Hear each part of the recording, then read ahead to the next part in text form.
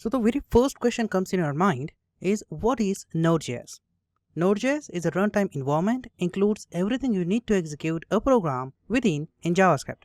If this definition seems more complicated, let me put this definition in very simple words. Node.js is a runtime environment for executing JavaScript outside of the browser. Till 2009, JavaScript could only be executed in the browser. The inventor of Node, Randall, introduced a new concept. The concept is very simple: executing JavaScript programs outside of the browser on any machine.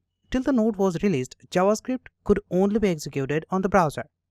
Browsers convert the JavaScript code into low-level machine code so the machine can understand it. There are different engines embedded into browser to convert JavaScript code into machine language. For example, Microsoft Edge uses Chakra, Firefox uses SpiderMonkey, and Chrome uses V8 engine.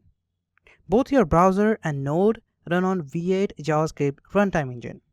Randall comes with a brilliant idea. He thought it would be great to execute a JavaScript program outside of the browser. So he took Google's V8 engine and embedded it in the C++ program and called that program Node.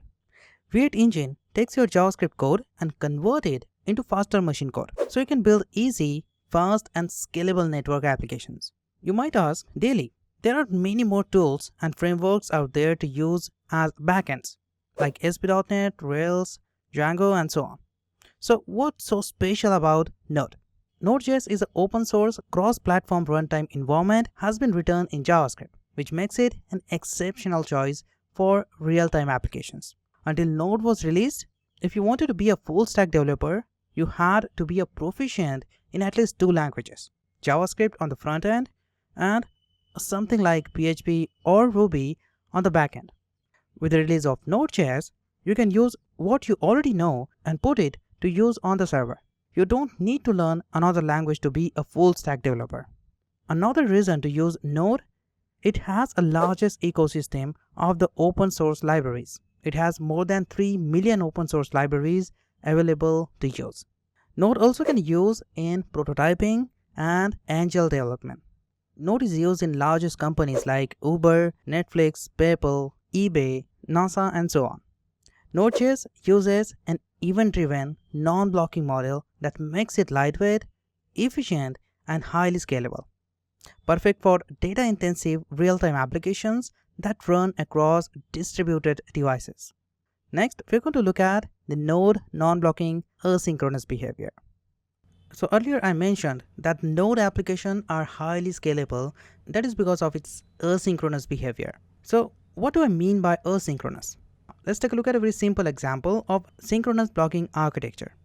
Imagine you and your friend go to the bank. You go to the bank teller 1 and your friend goes to the bank teller 2. Bank teller 1 deals with you and nobody else throughout the entirety of the transaction. The same goes for the bank teller 2 and your friend. This approach works perfectly well as long as you have enough tellers to service the customers. When a bank gets busy and the customers outnumber of tellers, the service starts to slow and the customer have to be wait to be seen. Although bank don't always worry about this situation too much and seems happy to make you stand in a line. The same isn't true of website. If the website is slow to respond, users are likely to leave and never come back.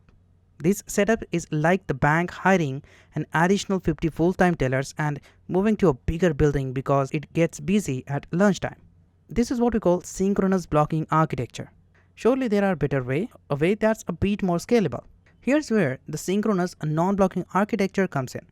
Returning to the bank teller analogy, there had be only one teller who deals with all the customers. But rather than taking on and managing all requests end-to-end, the teller delegates any time-consuming tasks to the back office staff and deals with the next request. You and your friend give requests to the same bank teller, but instead of dealing with one of them exclusively before the next, the teller takes the first request and passes it to the best person to deal with it before taking the next request, and doing the same thing. So if the Harry wants to withdraw money, he goes to bank teller who is processing the request of John. Teller takes the withdraw request and instead of processing this request, he hands over this request to the cashier. When the teller is told that the requested task is complete, the teller passes the result back to the visitor who made the request. The same process happened with you. This approach means that the bank doesn't need several tellers always on hand. This model isn't infinitely scalable, of course, but it's more efficient. You can do more with fewer resources. This is what we call asynchronous non-blocking architecture. Next, we'll talk about how Node handles asynchronous requests. Now we know the asynchronous behavior of Node. Now let me show you how Node handles requests using asynchronous behavior. So let's see how it's works. A Node server is a single-threaded and works differently from a multi-threaded server. With a single-threaded module, it's important to remember that all of your users use the same central process. To keep the flow smooth, you need to make sure that nothing in your code causes a delay blocking another operation. Node adopts an event-driven architecture to handle non-blocking I/O. What happens is that when the time-consuming process is invoked, the application doesn't wait for it to finish. Instead, the process signals when it's finished by emitting an event.